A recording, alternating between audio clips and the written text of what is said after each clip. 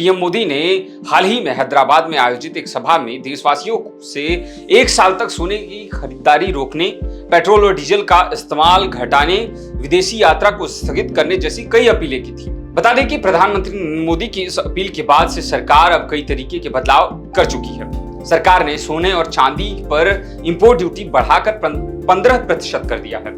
इसके अलावा पेट्रोल और डीजल की कीमतों में भी इजाफा कर दिया गया है।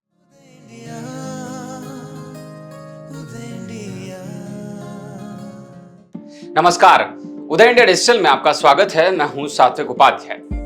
प्रधानमंत्री नरेंद्र मोदी के आश्वासन पर देश भर में विदेशी मुद्रा बचाने की मुहिम के तहत तरह तरह के उपाय किए जा रहे हैं। पीएम मोदी ने हाल ही में हैदराबाद में आयोजित एक सभा में देशवासियों से 1 साल तक सोने की खरीदारी रोकने, पेट्रोल और डीजल का इस्तेमाल घटाने, विदेशी यात्रा को स्थगित करने जैसी कई अपीलें की थी, जिसके बाद तमाम नेता लोग, तमाम राज्यों के जो है मुख्यमंत्री हैं, वे सभी इस मुहिम का साथ देने में जुट गए। सभी ने अपने काफिले की जो गाड़ियां होती हैं उसकी साइज कम कर दी, क्योंकि पीएम मोदी ने सबसे पहले ऐसा किया, जिसके बाद अलग अलग राज्यों के मुख्यमंत्रियों ने ऐसा किया, फिर प्रशासनिक अधिकारियों ने भी ऐसा करना शुरू कर दिया। बता दें कि प्रधानमंत्री नरेंद्र मोदी की इस अपील के बाद से सरकार अब कई तरीके के बदलाव कर चुकी है। सरकार ने सोने और चांदी पर इंपोर्ट ड्यूटी बढ़ाकर 15% कर दिया है। इसके अलावा पेट्रोल और डीजल की कीमतों में भी इजाफा कर दिया गया है। जी हाँ, बीते 2 दिन पहले ही पेट्रोल डीजल की कीमतों में 3 रुपए का जो है इजाफा किया गया था। और ऐसे में आज की इस कड़ी में हम जानेंगे और जानने की ये कोशिश करेंगे कि एक औसत भारतीय अपनी मासिक कमाई का कितना खर्च सिर्फ पेट्रोल और डीजल पर करता है। तो हालिया गैसोलीन अफोर्डेबिलिटी नाम की एक रिपोर्ट के मुताबिक दुनिया के अलग अलग देशों की तुलना की गई। ये रिपोर्ट ग्लोबल पेट्रोल प्राइस.com द्वारा हाल ही में जारी की गई थी। इस रिपोर्ट में ये बताने की कोशिश की गई है कि औसत व्यक्ति पेट्रोल डीजल पर महीने में अपनी सैलरी का कितना हिस्सा खर्च करता है। ग्लोबल पेट्रोल प्राइसेस ने इस रिपोर्ट को तैयार करने में विश्व बैंक के प्रति व्यक्ति आय के आंकड़ों की मदद ली है। इसके अलावा इसमें जीडीपी आंकड़ों का भी इस्तेमाल किया गया है। ये बड़ी बात है।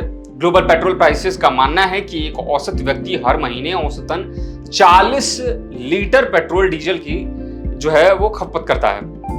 इस हिसाब से एक औसत भारतीय हर महीने अपनी मंथली सैलरी का लगभग 8 से 10% हिस्सा पेट्रोल डीजल खर्च करने में लगाता है। वहीं अगर हम बात करें भारत के पड़ोसी देश जैसे कि पाकिस्तान, नेपाल और म्यांमार की, तो यहाँ आम लोगों की स्थिति और भी दयनीय है और भी खराब है। जी हाँ, इन देशों में औसत व्यक्ति जो पेट्रोल और डीजल के लिए हर महीने अपनी सैलरी का 47 से लेकर 52% हिस्सा खर्च कर देते हैं। यानी इन देशों में एक आदमी जितना कमा रहा है उससे उसका जो है आधा हिस्सा सिर्फ पेट्रोल डीजल में ही उड़ा देता है, खर्च कर देता है। जबकि कतर और कुवैत जैसे देशों में स्थिति थोड़ी अच्छी है।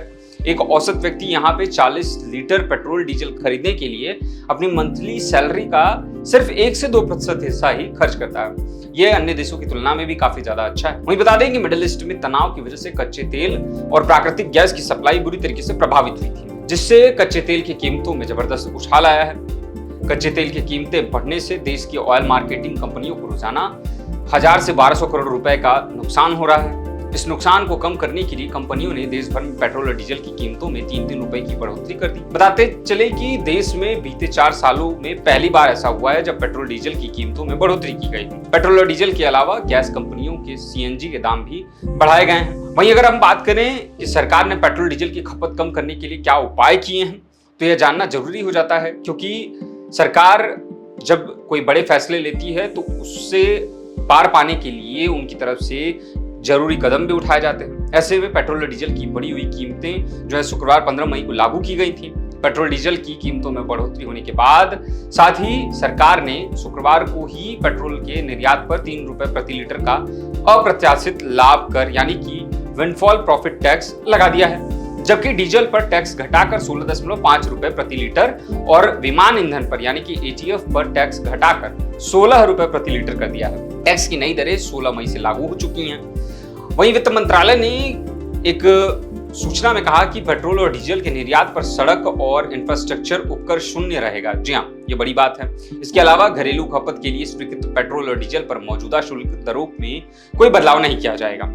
तो दोस्तों, यह थी जानकारी कि एक औसत भारतीय पेट्रोल डीजल खरीदने में अपनी मासिक कमाई का कितना बड़ा हिस्सा खर्च करता है, जितना कमाता है उसका कितना प्रतिशत वो हिस्सा पेट्रोल डीजल खर्च करने में लगा देता है, और ऐसे में सरकार के द्वारा क्या बड़े कदम उठाए गए हैं जिससे ये जो हैं चीज़ें बैलेंस में रहें। तो आज की इस कड़ी में बस इतना ही।